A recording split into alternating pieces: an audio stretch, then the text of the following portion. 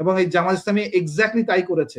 এখন এই যে বিএনপি এইরকম ভাবে আসছে এই ইলেকশন ইঞ্জিনিয়ারিং নিয়ে, এনসিপি এত চিল্লাচিল্লি করতেছে, দেখবেন জামাত কিন্তু ওই পরিমাণে চিল্লাচিল্লি করতেছে না, কারণ জামাত তো অলরেডি তাদের অ্যাচিভমেন্ট বেশি পাইছে।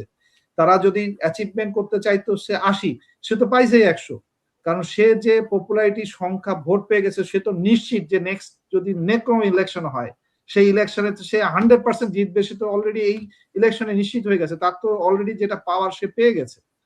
দ্বিতীয়টা হচ্ছে দেখেন 77টা সে সিট পাইছে, সে বিরোধী দল হিসেবে সে অলরেডি এস্টাবলিশ, সে আর নতুন কোন দলের সাথে তার অ্যালিয়েশন করার দরকার নাই। এই জায়গাগুলোতে সে তো এস্টাবলিশ করে সে সাকসেস পেয়ে গেছে, তার সাকসেসের তার মানে সে তো অ্যাচিভ করে ফেলছে। প্রথমে তো আমরা জামাতকেও হাউমাউ করতে দেখেছিলাম রেজাল্টের পরে, কিন্তু এরপরে থেমে গেছে। ওই যে পর্যায়ে জামাত থেমে গেছে। সে তো রাজনীতিবিদ, তারা তো রাজনীতি করতেছে, আর এনসিপির ছেলেগুলো যারা, তো এরা তো এখনো রাজনীতিবিদ তৈরি হয় নাই, এরা তো এখনো জোলাই যোদ্ধা। কারণ এই যে লোকগুলো, এরা তো যদি কোনো কারণে আওয়ামী লীগ ফেরত আসে, এগুলো তো মেরে ফেলবে। এই হাসনাত আব্দুল্লাহ, সাজ্জিদ, নাহিদ, এদেরকে বাঁচায় রাখবে? একটা করে তো বাঁচায় রাখবে না। এরা বাঁচে থাকলেও নিশ্চুপ হয়ে যাবে, মুখ বন্ধ হয়ে যাবে। আমার মতো মানুষকে, আমি শক্ত মানুষ, আমি যোদ্ধা মানুষ, আমাকে তাই মানে ধরেন দেশ ছাড়া করে ছাড়তে পারছে, তার মানে কি তারা তো কাউকে রাখবে না?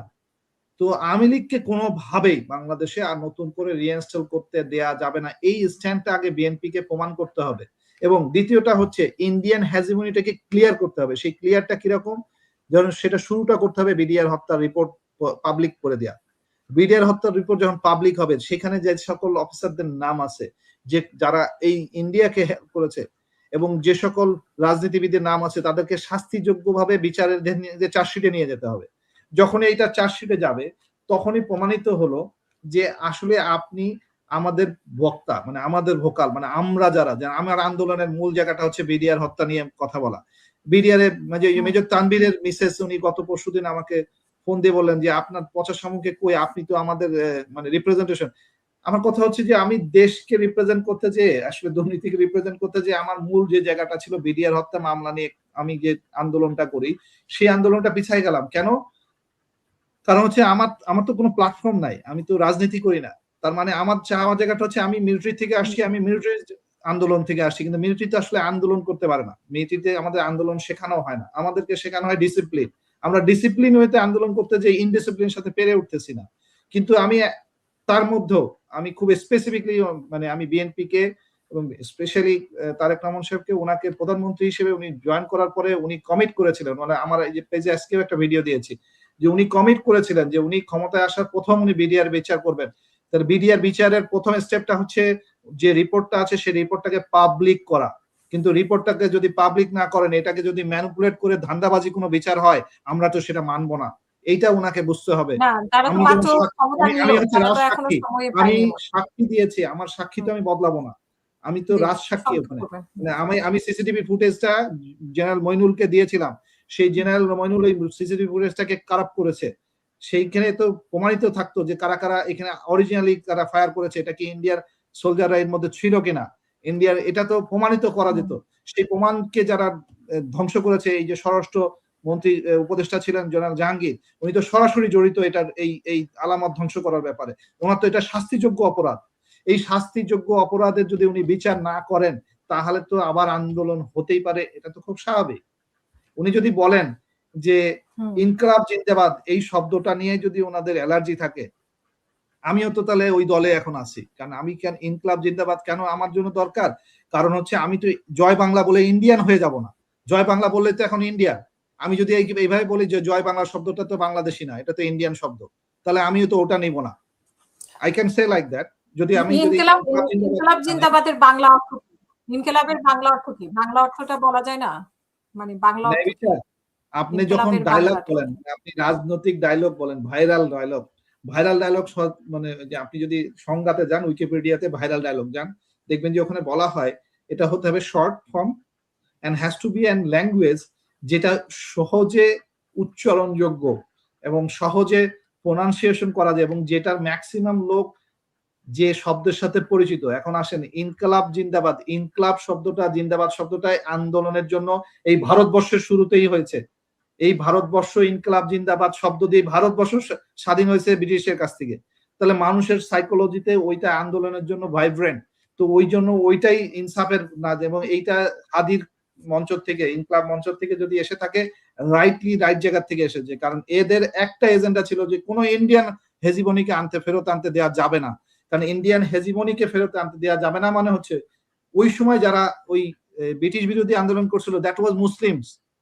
এই ইনকলাব জিন্দাবাদ শব্দটা মুসলিম শব্দ থেকে আসছে। সো আমরা এই যে ইন্ডিয়ান হিন্দুইজমে আমাদের উপর যে চাপাই দেওয়া হয়েছে, আমাদের বইয়ের মধ্যে যে গরুর গুণাগুণ লেখা হইতেছে, আর মুসলিমকে টুপি পরা লোককে সন্ত্রাসী বানানো হয়েছে, এইটা যে ওনারা 16 বছর ধরে খাওয়াইছেন আমাদেরকে, এই খাওয়ানোটা যে আবার খাওয়াবেন না সেটার গ্যারান্টি কি? এই যদি খলিলুর রহমান সাহেব যদি মন্ত্রী হয়, উনি যে এই পররাষ্ট্র মন্ত্রী হয়ে যে ইন্ডিয়াকে আবার সেই স্পেস করে দিবে না, এই আওয়ামী লীগকে যে আবার ঢোকাই দিয়ে এসে আমাদের এই জুলাই যোদ্ধাদেরকে মেরে দিয়ে যে আবার আওয়ামী লীগকে ঢোকাই দিবেন না, হোয়াট ইজ দ্য গ্যারান্টি? এটাতে তারেক রহমান সাহেবকে ক্লিন করতে হবে। আর যদি ক্লিন করতে না পারেন, ওনার পরিণতি যে আওয়ামী লীগের থেকে খুব একটা ভালো কিছু হবে আমি এরকম দেখি না। এটা হচ্ছে উনি জিতেছেন, ইলেকশন নিয়ে আমার কোনো প্রসঙ্গ নাই, ওনাকে আমি প্রধানমন্ত্রী হিসেবে অ্যাকসেপ্ট করেছি। খলিলুর রহমানের উদ্দেশ্য কি? মানে খলিলুর রহমানকে আনার উদ্দেশ্য কি ইন্ডিয়াকে এখানে জায়গা করে দেওয়া, নাকি ভারত আওয়ামী লীগকে জায়গা করে দেওয়া, নাকি এখানে আমি আওয়ামী লীগকে জন্য ভালো লোক আর খুঁজে পাওয়া যায়নি, ওনার বিকল্প কাউকে খুঁজে পাওয়া যায়নি, এই জন্য ওনাকে আনা। প্লিজ আমাকে যদি এই কথা বলেন তাহলে তো আমি বিএনপিকে এই ক্ষমতা আনতে দেব না। যে দলে একটা পররাষ্ট্রমন্ত্রী হওয়ার মতো যোগ্য লোক থাকে না, তাহলে ওই দলে তো ক্ষমতায় যাওয়ার দরকার নেই। আপনি এই কথাটা বলে নিজেদেরকে দুর্বল করেন না, এটাতে বরঞ্চ বিএনপির দুর্বলতা প্রকাশ হবে। বিএনপির কেউ যদি এটা বলে থাকে, আমি বলবো এটা হাস্যকর, এবং একটা নেতা হিসেবে ওনার কাছ থেকে দরকার হয় আমাকে বলেন, আমি লোক দরকার করে দেবো। আমি এইখানে বিদেশে আসার পরে আমি জ্ঞান অর্জন করার জন্য জানতে চাচ্ছি যে কি উদ্দেশ্যে বিএনপি ওনাকে করেছে, মানে সেটা কি বিএনপির ভালোর জন্য, পররাষ্ট্রনীতির ভালোর জন্য, নাকি অন্য কোনো উদ্দেশ্য? উনি বাধ্য হয়েছে, উনি বাধ্য হয়েছেন খলিলুর সাহেবকে নিতে, উনি বাধ্য। যেরকম ভাবে আমি বললাম যে খলিলুর সাহেব, আপনার এই একটা টক শোতে আমি কিন্তু বারবার বলেছিলাম, জানুয়ারি মাসের 3 তারিখে আপনার টক শোতে আমি পরিষ্কারভাবে বলেছিলাম যে খলিলুর সাহেবকে নিয়ে আমার সন্দেহ হচ্ছে উনি ইন্ডিয়া থেকে আসার পরে উনি গেম প্ল্যান সাজাচ্ছেন। That is the game plan. উনি আজকে যে ডিজিএফআই ডিজি কে পররাষ্ট্র মন্ত্রণালয়ে দিচ্ছেন কেন? কোন একটা জেনারেল সাহেব যে রিটায়ারমেন্টের আগে ওনাকে অ্যাম্বাসেডর হইতে হবে কেন? যে ডিজিএফআই থাকলো কিছুদিন আগে, উনি তো ওনার এই সার্ভ করে দিয়ে গেছেন। ওনার এই সার্ভ উনি যে চেটে গেছেন, এই চেটা জিনিসটা ওনাকে তখন জাস্টিফাইড করে ওনাকে বাঁচাইতে হবে। ওনাকে এখন দেশের বাইরে পাঠাইতে বাঁচাবে, এবং এইটা আমরা মেনে নিব। যে জেনারেল জাহাঙ্গীর আমাকে মানে চান্দাবাজ বানায়, আমাকে তার আমি কলিগ থাকা অবস্থায় সে আমাকে চান্দাবাজ বানাইতে পারে, সেই জেনারেল জাহাঙ্গীরকে আমি কেন পররাষ্ট্রমন্ত্রীর উপদেষ্টা, মানে আমি তাকে অ্যাম্বাসেডর হিসেবে দেখবো? ওয়াই? এটার তো কারণটাই হচ্ছে এইটা কে করে দিচ্ছে? সব খলিল করতেছে। এই খলিল হচ্ছে এখন একটা ক্রিমিনাল। এই ক্রিমিনালকে ধরে আগে মানুষের আগে শাস্তি দেওয়া দরকার। তাহলে সেনাবাহিনীর যে রদবদলটা আজকে হয়েছে, এটা সমস্ত খলিলের প্ল্যানে হয়েছে না? খলিলের নির্দেশনা অনুযায়ী হচ্ছে। খলিল যাদেরকে নিয়ে যে গেম খেলবে, সেই গেম প্ল্যান অনুযায়ী সে গুটি চালতেছে, সে সাজাইতেছে, এবং সে পুলিশের হ্যাঁ জেনারেল শুনেন, এই যারা ইউনিফর্মে কোনো অন্যায় করে, এরা একবার অন্যায় করার পরে এরা পাখিটা হয়ে যায় পুতুল। এইটাই বলে না honey trap, money trap. This আর ট্র্যাপ শব্দটা কেন? মানে একবার যদি আপনি অন্যায় করে ফেলেন না, ওই ইউনিফর্মে আপনি শাস্তিযোগ্য। তো আপনি যদি যেভাবে হোক আপনাকে পরপর অন্যায় করতেই হবে। এই জিনিসটা মানুষ বোঝে না। মানে যারা চাকরি করে, এই যে আমি যখন প্রথমে যে আমি আপনাকে একটা উদাহরণ রয়েছেন, আমার এক সিনিয়র খুব ভালো জিনিস শিখিয়েছিলেন যে দুর্নীতিটা হচ্ছে ইলাস্টিসিটি। মানে তুমি 5 টাকা বিক্রি হয় না, কেউ 5 টাকা বিক্রি হয়। আবার তুমি 5 কোটি টাকা বিক্রি হয় না, কেউ 50 লাখ টাকা বিক্রি হয়। কেউ না কেউ বিক্রি হয়ে যায়। তো মেহেদী, তুমি যে ফাইট করতেছো, তুমি হয়তো বা 5 কোটি টাকা বিক্রি হয় না, বাট দেয়ার আর পিপল যারা 5 লাখ টাকায় বিক্রি হয়ে যায়। এবং আমার চোখে তাই দেখা। জেনারেল সাহেব 5 লাখ টাকার জন্য আমি আমার এই মানে আমি জলসুইতে একটা ক্যান্টিনে গেছি, এক জেনারেল তার এক কোর্সমেটকে দিয়ে ওইটা দখল করায় ফেলালো। ওই কোর্সমেট তাকে মাত্র 5 লাখ টাকা দিছে।